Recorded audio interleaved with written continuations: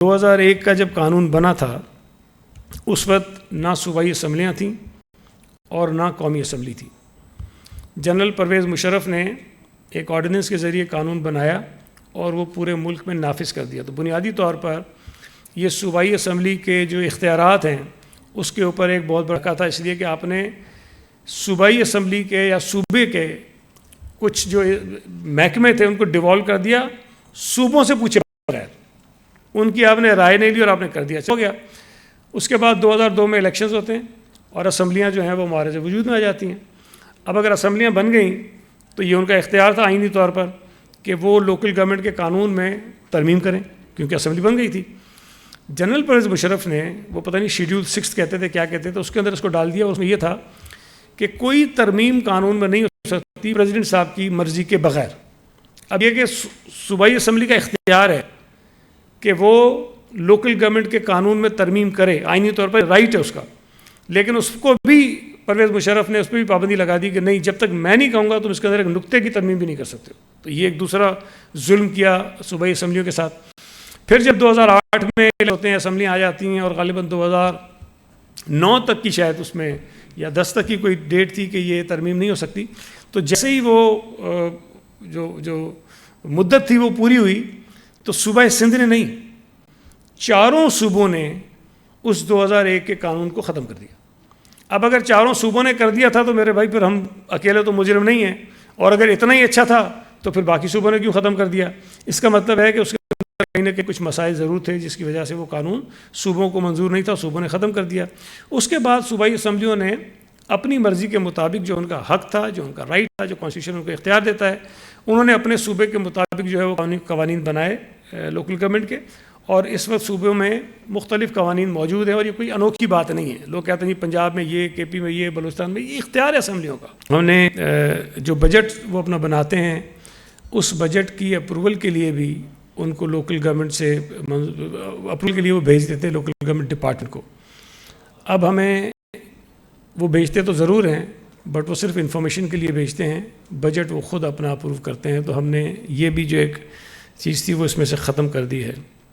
ابھی ریسنٹلی ہم نے کوئی 1500 کے قریب آفیسرز اپوائنٹ کیے ہیں سندھ پبلک سروس کمیشن کے تھرو، اور یقیناً ریلیٹیولی جو ہمارے پاس پہلے سے لوگ موجود ہیں ان کی کارکردگی ان سے بہتر ہوگی. ان کو ہم ٹریننگ بھی کروا رہے ہیں تاکہ جو سپورٹ چاہیے ہوتی ہے کونسلز کو اچھے آفیسرز کی صورت میں وہ ہم ان کو فراہم کر سکیں. پہلے پراپرٹی ٹیکس کی کلیکشن جو ہے وہ ایکسائز ڈپارٹمنٹ کرتا تھا اور اس کے بعد وہ اس کو پیسے ٹرانسفر کر دیتا تھا ہمارے کونسلز کو. لیکن اب یہ ہوا ہے کہ کونسلز خود اس کی کلیکشن کریں گی، اور میں جو مشورہ دے سکتا ہوں ان کو ہے تو یہ کونسل کا اپنا اختیار، ہم اس پوزیشن میں نہیں کہ ہم ان کو ڈائریکشنز دیں، بٹ میں جو ان کو مشورہ دے رہا ہوں کہ آپ یو سیز کو اس میں انوالو کریں اور کلیکشن کا جو پروسیس ہے وہ یو سیز کے ذریعے آئیں اور کلیکشن میں ان کا ایک سرٹن اماؤنٹ جو ہے ان کے لیے رکھیں تاکہ وہ کوئی انسینٹیو ان کو ملے اور وہ بہتر کلیکشن کر سکیں. اس سے آپ کے جو ہمارے ٹاؤنز ہیں، ٹاؤن کمیٹیز ہیں، ان کو بھی فائدہ ہوگا، میونسپل کمیٹیز کو فائدہ ہوگا، بٹ اس کے ساتھ ساتھ جو فائنینشیل سپورٹ ایک مل جائے گی ہماری یونین کونسلز کو بھی، یونین کمیٹیز کو بھی، جس سے اپنے وہ جو روزمرہ کے معاملات ہیں، چھوٹے چھوٹے لوگوں کے ایشوز ہیں، اس کو سولو کرنے میں ان کو کافی آسانی ہو جائے گی. ابھی ہم نے ریسنٹلی بجٹ میں جو او زی ٹی شیئر ہے اس میں خاطر خواہ اضافہ کیا ہے. جو ہماری یو سیز تھیں ان کو 5 لاکھ روپے ملا کرتا تھا، ہم نے وہ اربن ایریا کے لیے 5 لاکھ سے بڑھا کر 12 لاکھ کر دیا، اور جو رورل ایریاز کی یو سیز ہیں اس کا 5 لاکھ سے ہم نے 10 لاکھ کر دیا. تو یہ انکریز بڑی سگنیفیکنٹ ہے. تو ہم نے اس بجٹ میں جو او زی ٹی کا فارمولا اڈاپٹ کیا وہ یہ کیا کہ ان کی سیلریز اور پینشن کو ہم نے انشور کر دیا کہ منیمم، یہ تو ایک بینچ مارک ہے کہ جتنی سیلریز اور جتنی پینشن ان کی بنتی ہے وہ ہم ان کو دیں گے.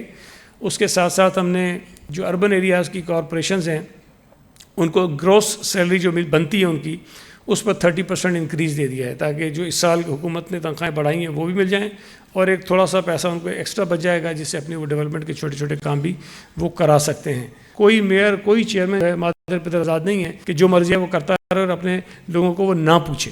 وہ اس لیے بیچارے بے بس محسوس کرتے ہیں کہ انہیں نہیں ہے، اس لیے کہ یہ کتاب ایک تو پڑھنا مسئلہ ہے، پھر پڑھنے کے بعد سمجھنا ایک بڑا مسئلہ ہے.